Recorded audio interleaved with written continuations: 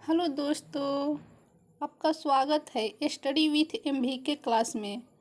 हम लोग जो 2000 वैकेंसी निकलने वाला है बिहार दरोगा का, उसके लिए हम लोग टेस्ट सीरीज देखेंगे और हम लोग टेस्ट सीरीज 1 आज देखेंगे। ठीक है, तो देखते हैं क्वेश्चन नंबर पहला। राष्ट्रीय शिक्षा नीति 2020 के तहत 10+2 के शिक्षा मॉडल के स्थान पर किस पाठ्यक्रम को लॉन्च किया गया है? तो ऑप्शन इसका सी राइट आंसर होगा। ठीक है, 5+3+3+4 इसकी घोषणा हुआ था जुलाई 2020 में। ठीक है, राष्ट्रीय शिक्षा नीति की घोषणा जुलाई 2020 में हुआ था और यह लागू 2021 में सबसे पहले भारत के कर्नाटक राज्य में लागू हुआ था। क्वेश्चन नंबर 2, अंतर्राष्ट्रीय जैव विविधता दिवस कब मनाते हैं? अंतर्राष्ट्रीय जैव विविधता दिवस हर साल मनाया जाता है। तो हर साल अंतर्राष्ट्रीय जैव विविधता दिवस 22 मई को मनाते हैं। ठीक है, 22 मई को मनाते हैं। और जैव विविधता का जनक बोलते हैं विल्सन को। जैव विविधता का जनक बोलते हैं किसको? तो जैव विविधता का जनक बोलते हैं विल्सन को। क्वेश्चन नंबर 3, निम्नलिखित में से प्रत्येक प्रकार के रक्त की बूंद को 4 अलग अलग स्लाइडों पर रखा गया है। इनमें से कौन स्कंदित नहीं होगा? तो देखिए, जिस रक्त में से सीरम निकाल दिया जाए, यदि निकाल दिया जाए तो वो रक्त कभी स्कंदित नहीं होगा। तो इसमें ऑप्शन ए इसका राइट आंसर होगा, रक्त सीरम। ठीक है, क्वेश्चन नंबर 4 देखते हैं। सूर्य की परिक्रमा के दौरान निम्नवत दूरी पर होती है।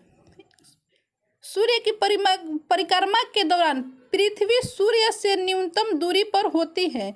तो जब सूर्य की परिक्रमा पृथ्वी करती है तो सूर्य से कितनी दूरी पर होती है और कब होती है? तो देखिए, ये जनवरी महीने में होती है। ठीक है, जब निम्नवत दूरी को बोलते हैं उपसौर और जो अधिकतम दूरी होता है उसको बोलते हैं अपसौर। ठीक है, तो अपसौर जो होता है अधिकतम दूरी वो जुलाई मंथ में होता है और जो निम्नवत जो दूरी होता है उपसौर वो जनवरी महीने में होता है। क्वेश्चन नंबर 5 मैथ है। ठीक है, हम लोग सिर्फ जी के जीएस देखेंगे। तो क्वेश्चन नंबर हम 6 देखेंगे अब। ठीक है, क्वेश्चन नंबर 6 देखेंगे। एक व्यक्ति लंबे समय तक उपवास में रहता है, उसके मूत्र में किसकी मात्रा असमान होगी? जब कोई व्यक्ति यदि उपवास में रहता है तो उसके मूत्र में किसकी मात्रा असमान हो जाएगी? तो कीटोन की मात्रा जो होगा ना वो असमान हो जाएगा। क्वेश्चन नंबर 7, निम्नलिखित में से कौन शीतोष्णकटिबंधीय घास का मैदान नहीं है? तो जो सेलवास है ना, ये शीतोष्णकटिबंधीय घास का मैदान नहीं है। ये एमाजोन के जो वन है वहाँ पर ये उगता है सेलवास। ठीक है, जो डाउन है ना, ये डाउन ऑस्ट्रेलिया में है, वेल्ड दक्षिण अफ्रीका में उगता है, स्टेपी।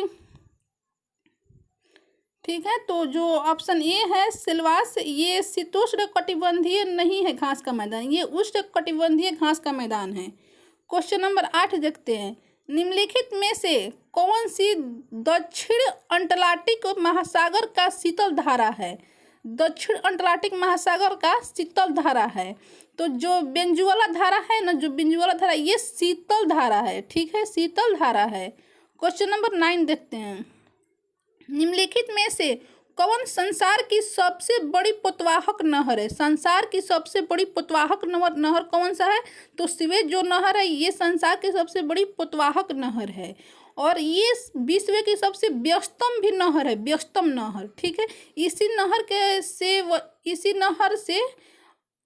नहर के रास्ते सबसे अधिक व्यापार होता है।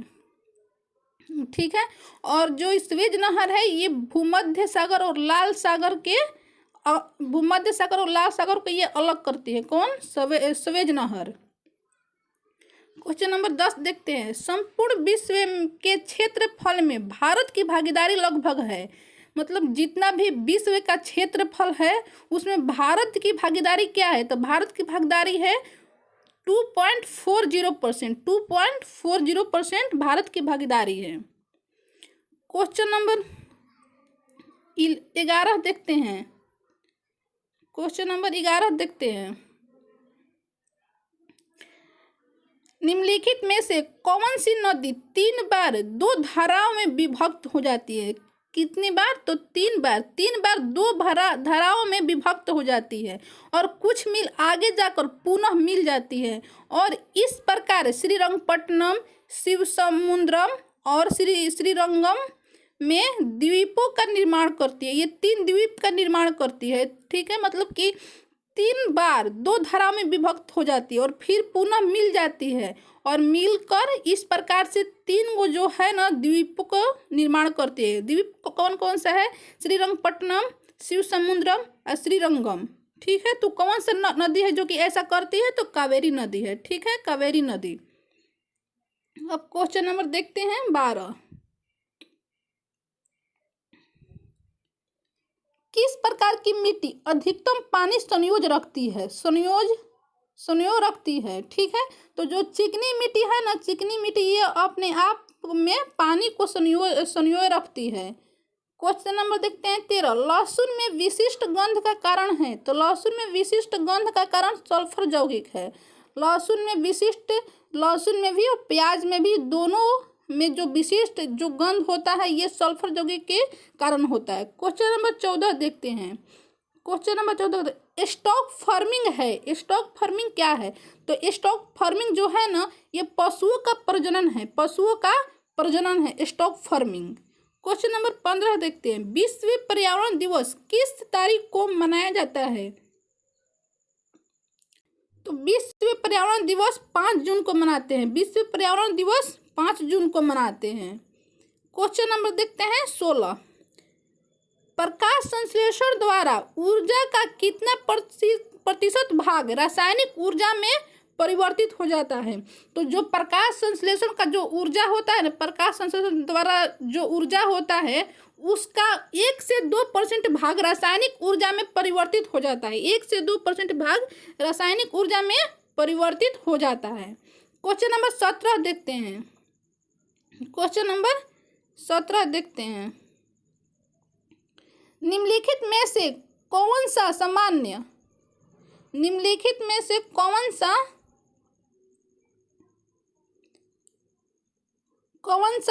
उपयोग में लाए जाने वाले सिंथेटिक फाइबर है?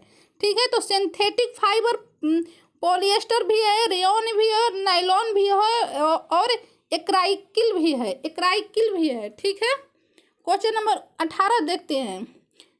नीचे दिए पौधे में उनके खाद्य भाग के युग्मों में कौन सा सही सुमेलित नहीं है? मतलब कि जो भी ये दिया है पौधा, इसमें खाने योग्य भाग्य जो है उसका दिया हुआ है, लेकिन इसमें से कौन सा भाग्य उसका गलत दिया है उसी को देखना है। तो जो अदरक का होता है ये परकंद सही है, जो प्याज का होता है वो मांसल पर्ण खाते हैं, जो नारियल का वो भ्रूणपोष खाते हैं, लेकिन आलू का ये मूल नहीं खाते हैं, आलू का कंद खाते हैं। क्या खाते हैं? कंद। तो इसलिए ऑप्शन सी इसका राइट आंसर होगा।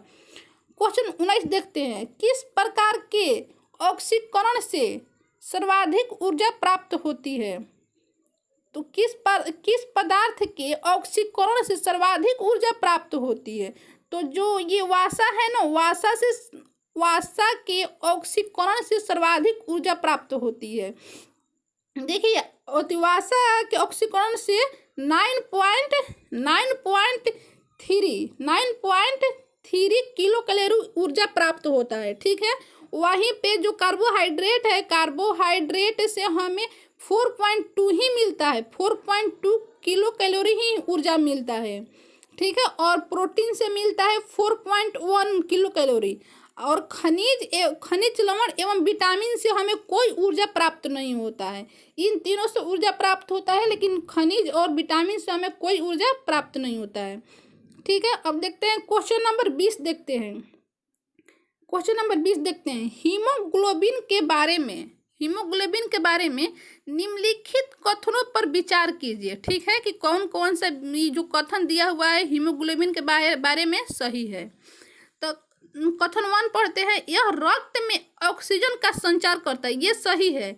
जो हीमोग्लोबिन होता है ये रक्त में ऑक्सीजन का संचार करता है, सही बात है। यह लौह युक्त यौगिक है, लौह युक्त मतलब रक्त में लौह युक्त भी पाया जाता है, लोहा पाया जाता है Fe। ठीक है। अब क्वेश्चन ये तीसरा देखते हैं कथन। यह कुछ रोगों के प्रति प्रतिरक्षा प्रदान करता है, तो ये गलत है, क्योंकि जो हीमोग्लोबिन है ना ये आरबीसी में पाया जाता है। ठीक है। और जो प्रतिरक्षा का जो काम करता है ये WBC करता है, इसलिए कथन तीसरा जो है गलत है। और कथन चौथा देखते हैं। यह रक्त को लाल रंग प्रदान करता है, तो ये भी सही है। जो लाल रक्त होता है वो हीमोग्लोबिन के कारण ही होता है। तो इसमें राइट आंसर है 1 2 4। इसमें कथन 1 2 4 ये, तो इसमें ऑप्शन डी इसका राइट आंसर हो जाएगा। इसका ऑप्शन डी राइट आंसर हो जाएगा। ठीक है। अब देखते हैं अगला क्वेश्चन।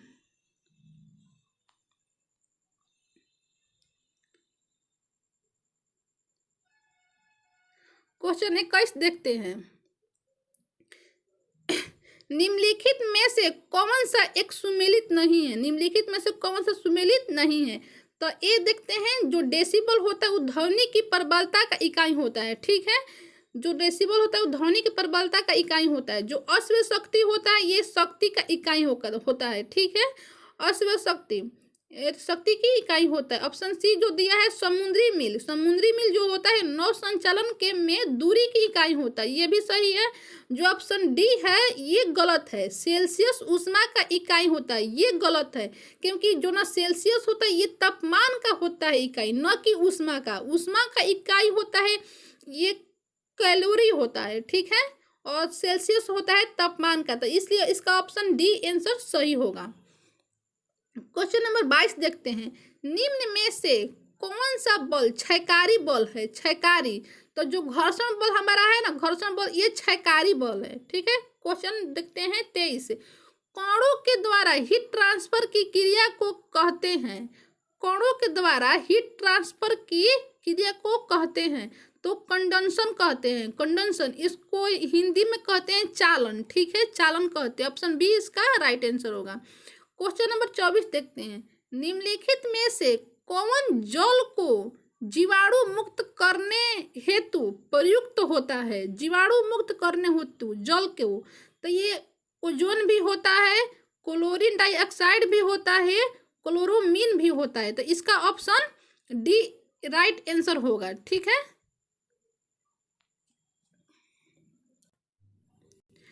क्वेश्चन 25 देखते हैं। क्वेश्चन 25 देखते हैं। ऑक्टेन संख्या द्वारा किसकी गुणवत्ता मापी जाती है? ऑक्टेन संख्या द्वारा किसकी गुणवत्ता मापी जाती है? तो ये पेट्रोल की गुणवत्ता मापते हैं ऑक्टेन संख्या के द्वारा। ठीक है। क्वेश्चन 26 देखते हैं। सोडियम वाष्प लैंप प्रायः सड़क प्रकाश के लिए प्रयुक्त होते हैं, क्योंकि जो सोडियम वाष्प लैंप होता है उस सड़क प्रकाश के लिए उपयुक्त होता है, क्योंकि इसका प्रकाश एकवर्णी है और पानी की बूंदों से गुजरने पर विभक्त नहीं होता है, तो इसका ऑप्शन बी सही होगा। ठीक है। अब क्वेश्चन देखते हैं 27। क्वेश्चन 27 देखते हैं। लंबी दूरी तक रेडियो प्रसारण के लिए निम्नलिखित में मुख्यतः किसका उपयोग किया जाता है? तो ये आयन मंडल तरंग का उपयोग होता है। अब नेक्स्ट क्वेश्चन देखते हैं। क्वेश्चन 28 देखते हैं। पानी की अस्थायी कठोरता के लिए निम्न में से कौन उत्तरदायी है? तो पानी के अस्थायी कठोरता के लिए कैल्शियम और मैग्नीशियम के क्लोराइड एवं सल्फेट उत्तरदायी होता है, तो इसका ऑप्शन ए राइट आंसर होगा। क्वेश्चन नंबर 29 देखते हैं। शराब पीकर वाहन चालक के श्वसन परीक्षण में यातायात पुलिस क्या इस्तेमाल करती है? जो व्यक्ति शराब पीकर चलाता है गाड़ी, तो उसका परीक्षण करने के लिए क्या चीज पुलिस इस्तेमाल करता है? तो जो पुलिस इस्तेमाल करता है पोटेशियम डाइक्रोमेट का, जो कि सल्फ्यूरिक अम्ल उसमें होता है। ऑप्शन ए राइट आंसर है। क्वेश्चन देखते हैं 30। गैस वेल्डिंग में सामान्यतः प्रयुक्त ईंधन है। गैस वेल्डिंग में कौन सा ईंधन प्रयोग होता है? तो एसिटिलीन होता है, एसिटिलीन।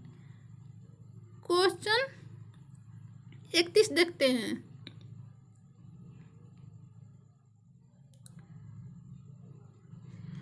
हाइड्रोक्सी समूह वाला ऑर्गेनिक, हाइड्रोक्सी समूह वाला ऑर्गेनिक अम्ल है। तो हाइड्रोक्सी समूह वाला ऑर्गेनिक है बेंजोइक अम्ल। कौन सा है? बेंजोइक अम्ल है। क्वेश्चन 32 देखते हैं। दूध को निम्न विधि से एकरूप किया जाता है, मतलब कि दूध को किस विधि से एकरूप करते हैं? तो ये करते हैं, ऑप्शन इसका सी राइट आंसर होगा। इसके वासा कणों को सेंट्रीफ्यूजन की सहायता से सूक्ष्म आकार में बदला जाता है। देखते हैं दूध को दही बनाने के लिए क्या अपकेंद्रीय विधि द्वारा, अपकेंद्रण द्वारा वो दूध से दही बनता है, मतलब दही से घी निकलता है। तो वही सेंट्रीफ्यूजन कह रहा है कि सहायता से सूक्ष्म आकार में बदला जाता है। क्वेश्चन नंबर 33 देखते हैं। जेड परमाणु क्रमांक वाले परमाणु को किसी दी गई कक्षा में इलेक्ट्रॉन की ऊर्जा समानुपाती होता है। तो ये जेड स्क्वायर के समानुपाती होता है। क्वेश्चन नंबर 34 देखते हैं। सूची 1 को सूची 2 से मिलाना है। सूची 1 में दिया है हड़प्पा संस्कृति की बस्ती और सूची 2 में दिया है नदी जिस पर अवस्थित है। ए में देखते हैं हड़प्पा जो है ना, ये रावी नदी के तट पे है। हड़प्पा जो है ये रावी नदी के तट पे है। जो कालीबंगा है ये घग्घर नदी पर ये स्थित है। जो लोथल है, लोथल ये भोगवा नदी पे है। जो रोपण है ये सतलज नदी पे है। ठीक है, तो इसका ऑप्शन ए राइट आंसर होगा। हड़प्पा रावी नदी पे है, कालीबंगा घग्घर नदी पे है, लोथल भोगवा नदी पे है, रोपण सतलज नदी पे है। क्वेश्चन नंबर 35 देखते हैं। महात्मा बुद्ध के संबंध में निम्नलिखित कथनों में से कौन सही है? महात्मा बुद्ध के संबंध में कौन सा कथन इसमें से सही है? तो क्वेश्चन ऑप्शन 1 देखते हैं। कथन 1, उनका जन्म कपिल वस्तु में हुआ था, ये सही है। उन्होंने बोध गया में ज्ञान प्राप्त किया था, ये भी सही है। उन्होंने वैदिक धर्म को अस्वीकारा था, उन्होंने वैदिक धर्म को अस्वीकार करके बौद्ध धर्म अपनाया था, बौद्ध धर्म अपना लाया था। कथन 4, उन्होंने आर्य सत्य का प्रचार किया था, ये भी सही है। तो इसमें ऑप्शन डी सही होगा। क्वेश्चन 36 देखते हैं। अद्वैत दर्शन के संस्थापक है, तो अद्वैत दर्शन के संस्थापक शंकराचार्य है। कौन है? शंकराचार्य है। अद्वैत दर्शन का माधवाचार्य है।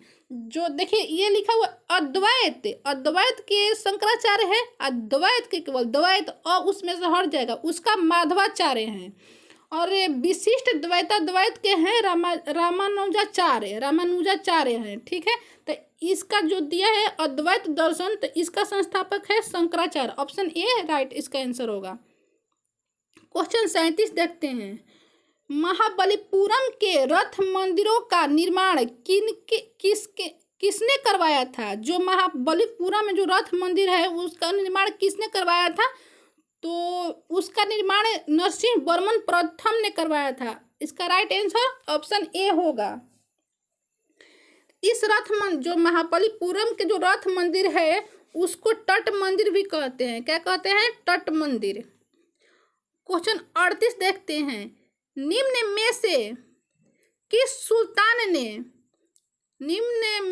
सुल्तान ने कुतुब मीनार की 5वीं मंजिल का निर्माण करवाया था? 5वीं मंजिल तो ये करवाए थे फिरोज शाह तुगलक। ठीक है, ये मतलब बिजली आने की वजह से 5वीं मंजिल उसका ढह गया था, तो फिर 5वीं मंजिल को बनवाए थे कौन? फिरोज शाह तुगलक। कह देगा कि कुतुब मीनार के संस्थापक कौन है, मतलब किसने बनवाया है? तो ये कुतुबुद्दीन ऐबक ने बनवाए थे कुतुब मीनार। ठीक है, ग्राउंड फ्लोर बनवाए थे। अब बाकी 3 जो मंजिल बनवाए थे ना, ये इल्तुतमिश ने बनवाए थे। अब क्वेश्चन देखते हैं हम 38। क्वेश्चन 38 देखते हैं हम लोग। सॉरी 38 तो हो गया, अब 39 हम लोग देखते हैं क्वेश्चन। निम्नलिखित में से कौन सा युग में सुमेलित नहीं है? ठीक है, निम्नलिखित में से कौन सा युग में सुमेलित नहीं है? तो खानवा का युद्ध हुआ था 1556 में, ये सही है। सॉरी, पानीपत का युद्ध हुआ था 1556 में, ये सही है। खानवा का युद्ध हुआ था 1527 ईस्वी में, ये भी सही है। और एक घघरा का युद्ध हुआ था 1529 ईस्वी में, ये भी सही है। लेकिन चंदेरी का युद्ध 1530 में नहीं, 1528 में हुआ था। 1528 में हुआ था चंदेरी का युद्ध, 1528 ईस्वी में हुआ था। क्वेश्चन 40 देखते हैं। इसलिए ऑप्शन डी इसका गलत मतलब है, ऑप्शन डी इसका सही मतलब होगा इस क्वेश्चन के अनुसार। क्वेश्चन 40 देखते हैं। अंग्रेजों का फोर्ट विलियम कहाँ स्थित है? तो जो अंग्रेजों का जो फोर्ट विलियम था ना, ये कोलकाता में स्थित है। कहाँ स्थित है? कोलकाता में स्थित है। तो इसका राइट आंसर बी होगा। क्वेश्चन नंबर 41 देखते हैं। सर्वेंट ऑफ इंडिया सोसाइटी की स्थापना किसने की थी? सर्वेंट ऑफ इंडिया सोसाइटी का स्थापना किसने किया था? तो इसका राइट आंसर ऑप्शन डी होगा, गोपाल कृष्ण गोखले ने किए थे। ठीक है, गोपाल कृष्ण जो गोखले हैं, ये गांधी जी के राजनीतिक गुरु माने जाते हैं। गांधी जी का राजनीतिक गुरु माने जाते हैं। क्वेश्चन नंबर 42 देखते हैं। निम्नलिखित में से कौन क्रांतिकारी पत्र वंदे मातरम के संपादक थे? वंदे मातरम एक पत्र था, वो भी क्रांतिकारी पत्र था। तो इसका संपादक थे मैडम भीकाजी कामा, ये महिला थी। ठीक है, मैडम भीकाजी कामा एक महिला थी और इन्होंने ही वंदे मातरम पत्र का ये संपादक थी। पेरिस में 1909 में ये मतलब ये जो संपादना इसका की थी, प्रकाशन की थी। कब की थी? पेरिस में 1909 में। क्वेश्चन नंबर 43 देखते हैं। सॉरी, ये तो मैथ है। ठीक है, तो हम लोग मैथ को नहीं देखेंगे। क्वेश्चन नंबर 44 देखते हैं। द्वितीय विश्व युद्ध के बाद 1946 में कौन भारत आया था? तो 1946 में कैबिनेट मिशन आया था। ठीक है, 1942 में कैबिनेट मिशन आया था। क्रिप्स मिशन आया था 1942 ईस्वी में। वेवेल योजना आया था, पता नहीं कब आया था। ठीक है, जो साइमन कमीशन था, ये साइमन कमीशन आया था 1927 में, ये बना था, लेकिन भारत में 1928 ईस्वी में आया था। अब मुझे वेवेल योजना ध्यान पे नहीं आ रहा है कि वेवेल योजना कब आया था। ठीक है, क्वेश्चन 45 देखते हैं। केंद्र में द्वैध शासन किस अधिनियम के अंतर्गत स्थापित किया गया था? तो केंद्र में, देखिए केंद्र में कह रहा है, प्रांत में नहीं। केंद्र में द्वैध शासन किस अधिनियम के अंतर्गत स्थापित किया गया था? तो ये भारत शासन अधिनियम 1935 के द्वारा स्थापित किया गया था। इसका question option C right answer होगा। क्वेश्चन नंबर 46 देखते हैं। भारत एक गणतंत्र है, इसका अर्थ है? तो इसका अर्थ है कि भारत में वंशानुगत शासन नहीं है। ऑप्शन सी इसका राइट आंसर होगा। अब अगला क्वेश्चन देखते हैं। क्वेश्चन 47। मौलिक अधिकारों के अंतर्गत कौन सा अनुच्छेद बच्चों के शोषण के विरुद्ध अधिकार संबंधित है? मतलब बच्चों के शोषण के विरुद्ध कौन सा अनुच्छेद है? तो अनुच्छेद जो 24 है, ये बच्चों के शोषण के विरुद्ध है। ठीक है, जो अनुच्छेद 17 है, ये छुआछूत से संबंधित है, अस्पृश्यता। जो अनुच्छेद 18 है, ये उपाधियों के अंत से संबंधित है। जो अनुच्छेद 23 है, ये बलात्श्रम मतलब कि बंधुआ मजदूर से संबंधित है, मानव व्यापार से संबंधित है। बलात्श्रम, मानव व्यापार, बंधुआ मजदूर से संबंधित कौन सा अनुच्छेद है? तो अनुच्छेद 23 है। अनुच्छेद जो 24 है, ये बच्चों के शोषण के विरुद्ध है। क्वेश्चन देखते हैं 48। निम्नलिखित में से किस प्रकार के प्राधिकार भारत के राष्ट्रपति को प्राप्त है? भारत के राष्ट्रपति को किस प्रकार का प्राधिकार मतलब अधिकार प्राप्त है? तो देखिए, भारत के राष्ट्रपति को मतलब प्राप्त है ये औपचारिक और विधिक, औपचारिक और विधिक, संवैधानिक और नाम मात्र। ठीक है, संवैधानिक मतलब संविधान में लिखा गया है, संवैधानिक एवं नाम मात्र। तो इसका ऑप्शन डी सही आंसर होगा, 2 और 4 कथन। और देखिए जो वास्तविक एवं लोकप्रिय दिया है ना, तो वास्तविक मानते हैं प्रधानमंत्री को, वास्तविक कार्यपालिका मानते हैं प्रधानमंत्री को, और औपचारिक कार्यपालिका मानते हैं राष्ट्रपति को। ठीक है, क्वेश्चन आप देखते हैं 49। तो 49 तो ये मैथ दिया हुआ है, तो इसको हम लोग नहीं देखेंगे। ठीक है, क्वेश्चन 50 देखते हैं। विधान परिषद किसी साधारण विधेयक को निम्नलिखित में से किस अवधि तक रोक सकती है? जो विधान परिषद है, विधान परिषद किसी साधारण विधेयक, कौन सा विधेयक, साधारण विधेयक को कितने दिन तक रोक सकती है? तो ये 4 माह तक रोक सकती है। ठीक है, देखिए यहाँ पे आप लोग कन्फ्यूजन होगा कि यहाँ पे 14 दिन होगा, लेकिन नहीं, ये साधारण विधेयक है, तो साधारण विधेयक को रोक सकता है 4 माह तक, लेकिन धन विधेयक जो होता है, धन विधेयक, उसको 14 दिन तक सिर्फ रोक सकता है, नहीं तो खुद धन विधेयक पारित हो सकता है, हो जाएगा। ठीक है, तो यहाँ पे कह रहा है साधारण विधेयक का यहाँ पे चर्चा हो रही है, तो ये 4 माह तक रोक सकता है। क्वेश्चन नंबर 51 देखते हैं। जिस समिति ने लोकतांत्रिक विकेंद्रीकरण और पंचायत राज की सिफारिश की, उसके सभापति कौन थे? तो उसके सभापति थे बलवंत राय मेहता। बलवंत राय मेहता ये कब आया था? 1957 ईस्वी में आया था। क्वेश्चन नंबर 52 देखते हैं। सूची 1 को सूची 2 से मिलाना है। ठीक है, जो अनुच्छेद 14 है ये समानता का अधिकार है, जो अनुच्छेद 14 ये समानता का अधिकार है। जो अनुच्छेद 36 है ये मतलब नीति निर्देशक तत्व है। 36 जो है नीति निर्देशक तत्व है।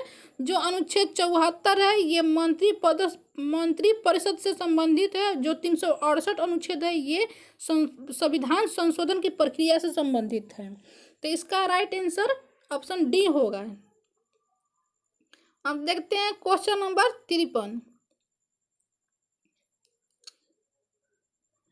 भारत में नियोजित अर्थव्यवस्था आधारित है। जो भारत में जो अर्थव्यवस्था है ना, ये सामाजिक व्यवस्था पर है, सामाजिक व्यवस्था पे है। ये नियोजित कह रहे हैं, नियोजित अर्थव्यवस्था। ठीक है, नियोजित अर्थव्यवस्था कह रहा है तो ये नियोजित अर्थव्यवस्था कह रहा है तो ये होगा सामाजिक व्यवस्था पे है। क्वेश्चन नंबर 54 देखते हैं। लेकिन यही पे यदि पूछता कि भारत का अर्थव्यवस्था कैसा है तो वो मिश्रित हो जाता है। ठीक है, लेकिन नियोजित कह रहा है तो ये सामाजिक व्यवस्था पे है। क्वेश्चन नंबर देखते हैं 54। पिछड़े देशों के लिए रोलिंग प्लान का सुझाव किसके द्वारा दिया गया था? तो पिछड़े देशों के लिए रोलिंग प्लान का सुझाव दिया गया था जी मिर्डल द्वारा। किसके द्वारा? जी मिर्डल के द्वारा। तो इसका राइट आंसर ऑप्शन ए होगा। जो रोलिंग प्लान ये शुरू हुआ था ना, ये 1978 से शुरू हुआ था। 1978 से रोलिंग प्लान शुरू हुआ था। क्वेश्चन नंबर 55 देखते हैं। भारत में गरीबी रेखा से नीचे रहने वालों का प्रतिशत है। जो भारत में जो गरीबी नीचे के रहने वाला जो प्रतिशत है ये किसके अनुसार? तेंदुलकर समिति के अनुसार। तो ये ऑप्शन ए इसका राइट आंसर होगा। लगभग 21.9% जो उस टाइम थे लोग गरीबी रेखा के नीचे थे। क्वेश्चन नंबर 56 देखते हैं। निम्नलिखित पर विचार कीजिए। जनता के पास मुद्रा, कथन 2 दिया है बैंकों के पास मांग जमा, डिमांड डिपॉजिट्स। तीसरा दिया है बैंकों के पास समय जमा, टाइम डिपॉजिट्स। तो इनमें से कौन से भारत के व्यापक धन M3 में शामिल है? तो भारत के व्यापक धन M3 में ये तीनों शामिल है। इसका ऑप्शन डी सही आंसर होगा। अगला क्वेश्चन देखते हैं।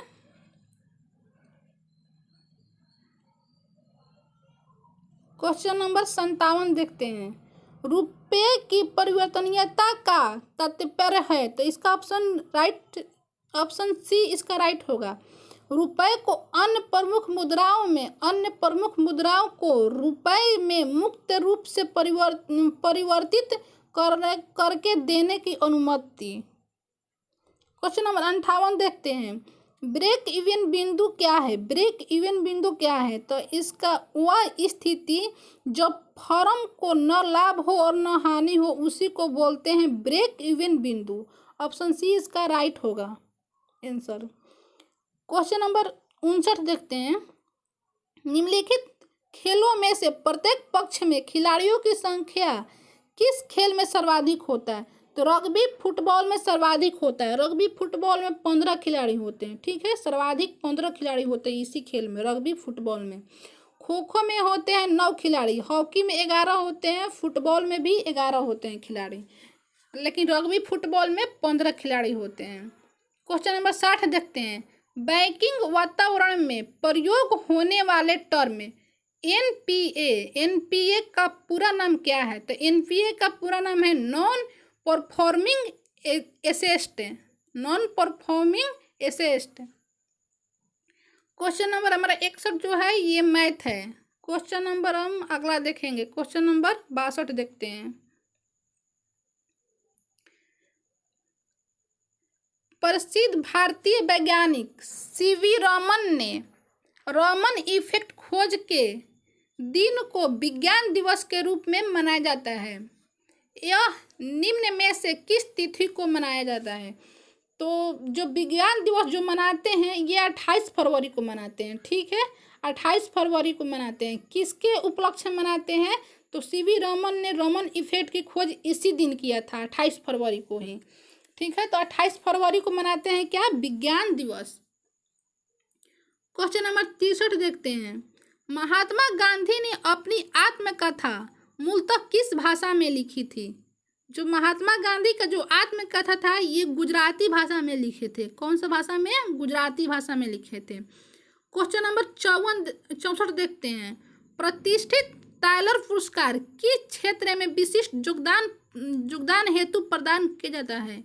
तो जो टाइलर पुरस्कार है ना ये पर्यावरण के क्षेत्र पर मिलता है, पर्यावरण के सुरक्षा के क्षेत्र में मिलता है। क्वेश्चन नंबर देखते हैं 65 है। विश्व प्रसिद्ध मयूर सिंहासन मुगलों के किस भवन में रखा गया था? जो विश्व प्रसिद्ध जो मयूर सिंहासन था ये मुगलों के किस भवन में रखा गया था? तो इसका ऑप्शन राइट डी होगा। दिल्ली के लाल किले का दीवाने आम में। दीवाने खास था फतेहपुर, देखिए दीवाने खास था फतेहपुर सीकरी में, लेकिन दिल्ली के लाल किला में था दीवाने आम, ठीक है, यहीं पर रखा गया था मयूर सिंहासन। अब अगला क्वेश्चन देखते हैं, क्वेश्चन नंबर 66। 20 रुपए के नोट पर निम्नलिखित में से किस राष्ट्रीय उद्यान की छवि है? तो 20 रुपए का जो नोट है उस पे माउंट हेरियट का छवि है, माउंट हेरियट का, ठीक है। जो माउंट हेरियट है ना ये अंडमान निकोबार में स्थित है। जो माउंट हेरियट जो है राष्ट्रीय उद्यान ये अंडमान निकोबार में स्थित है। तो इसका राइट आंसर ऑप्शन ए होगा। जो रणथंभौर राष्ट्रीय उद्यान है ये राजस्थान में स्थित है। जो कार्बेट राष्ट्रीय पार्क है ये उत्तराखंड में स्थित है, और जो सुंदरबन है ये पश्चिम बंगाल में स्थित है। अब क्वेश्चन देखते हैं 67। क्वेश्चन 67 देखते हैं। तारापुर परमाणु ऊर्जा संयंत्र की स्थापना किस देश की सहायता से की गई थी? तो जो तारापुर जो है महाराष्ट्र में है परमाणु ऊर्जा संयंत्र, ये यूएसए की सहायता से, संयुक्त राज्य अमेरिका की सहायता से इसका स्थापना हुआ था। क्वेश्चन नंबर 68 देखते हैं, ये तो मैथ है। क्वेश्चन नंबर देखते हैं 69। सन 2011 के जनगणना के अनुसार बिहार के किस जिले में महिला साक्षरता दर सबसे अधिक है? तो 11 के जनगणना के अनुसार रोहतास जिला में सबसे अधिक साक्षरता दर था महिला का। क्वेश्चन नंबर 70 देखते हैं। बिहार पंचायती राज अधिनियम 2006 के अंतर्गत त्रिस्तरीय पंचायतों के स्थानों पर स्थानों या पदों में सभी कोटियों में महिलाओं के लिए कितने प्रतिशत आरक्षण की व्यवस्था की गई है? तो 50% आरक्षण की व्यवस्था की गई है। 2006 के जो अधिनियम था ना बिहार पंचायती राज, उसके तहत हर मतलब 3 स्तरीय पंचायत में हर क्षेत्र में महिलाओं का 50% आरक्षण। क्वेश्चन नंबर 71 देखते हैं। निम्न में से किस वर्ष रूस में कृषक दास प्रथा का अंत हुआ था? कृषक दास प्रथा कहाँ पे? तो रूस में। कब हुआ था दास प्रथा का अंत? तो वर्ष 1861 ईस्वी में हुआ था। वर्ष 1861 ईस्वी में हुआ था रूस में कृषक दास प्रथा का अंत। क्वेश्चन नंबर 72 देखते हैं।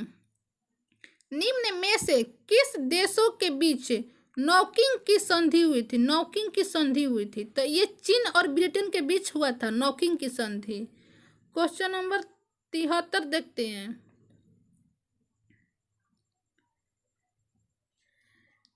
क्वेश्चन नंबर, निम्न में से किस प्रकार की तरंगों का प्रयोग रात्रि दृष्टि उपकरण में किया जाता है? तो जो अवरक्त होता है, अवरक्त तरंग, इसी का प्रयोग होता है रात्रि दृष्टि में। रात में देखने के लिए अवरक्त तरंग का यूज होता है। क्वेश्चन नंबर 74 देखते हैं। तेल का एक बैरल निम्न में से लगभग कितना होता है? तो एक बैरल बराबर होता है 159 लीटर। ठीक है, एक बैरल बराबर होता है 159 लीटर। क्वेश्चन 75 देखते हैं। सर सीवी रमन को उनके किस प्रयोग के लिए नोबेल पुरस्कार प्रदान किया गया था? तो सीवी रमन को 1930 ईस्वी में नोबेल पुरस्कार मिला था।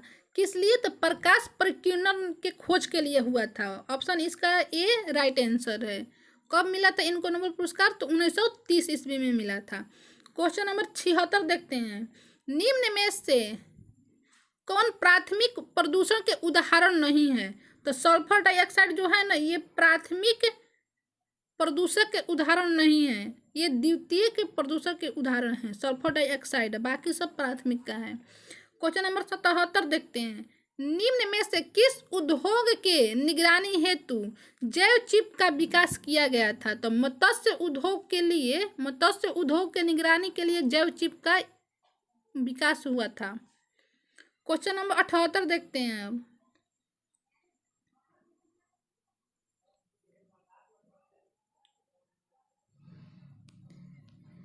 निम्न में से किस पुरस्कार को वरीयता सूची में स्थान दिया गया है? तो भारत रत्न को वरीयता सूची में ऊपर रखा गया है। ठीक है, तो भारत रत्न इसका आंसर सही होगा। Question number 79। दिए गए विकल्पों में से कौन सा युग्म सत्य है? तो जो सलमान रुश्दी है ना, इनका पुस्तक का नेम है फ्यूरी। बाकी सब ये इसमें गलत है, तो ऑप्शन बी इसका राइट आंसर होगा। क्वेश्चन नंबर 80 देखते हैं। निम्न में से किसने प्रत्यक्ष और अप्रत्यक्ष सहयोग में अंतर स्पष्ट किया है? तो प्रत्यक्ष अप्रत्यक्ष सहयोग में अंतर स्पष्ट किया है कौन? तो मैकाइवर एवं पेज ने। ऑप्शन सी इसका राइट आंसर होगा। क्वेश्चन नंबर देखते हैं 81। जानबूझकर किया गया वह प्रयत्न जो किसी की इच्छा का विरोध करने, रोकने या इसे दबाने के लिए किया जाता है वह है संघर्ष है। संघर्ष क्या है? संघर्ष है। क्वेश्चन नंबर 82 देखते हैं। निम्न में से कौन मानव विकास सूचकांक का संकेतक नहीं है? तो मानव विकास सूचकांक का संकेतक नहीं है शहरीकरण का स्तर। ऑप्शन सी इसका राइट आंसर होगा। देखिए बाकी अब जो आगे दिया है 83, 84, 85 जितना भी 100 तक, ये सब करेंट अफेयर्स है। तो हम लोग करेंट अफेयर्स नहीं देखेंगे क्योंकि करेंट अफेयर्स अपडेट होता रहता है। तो ये सब पुराना 23 का ही करेंट अफेयर दिया है, तो हम लोग इसको नहीं देखेंगे। ठीक है, यहीं तक हम लोग वीडियो को समाप्त करते हैं। अब अगला सेट नंबर जो 2 होगा वो हम लोग अगला वीडियो में देखेंगे। धन्यवाद।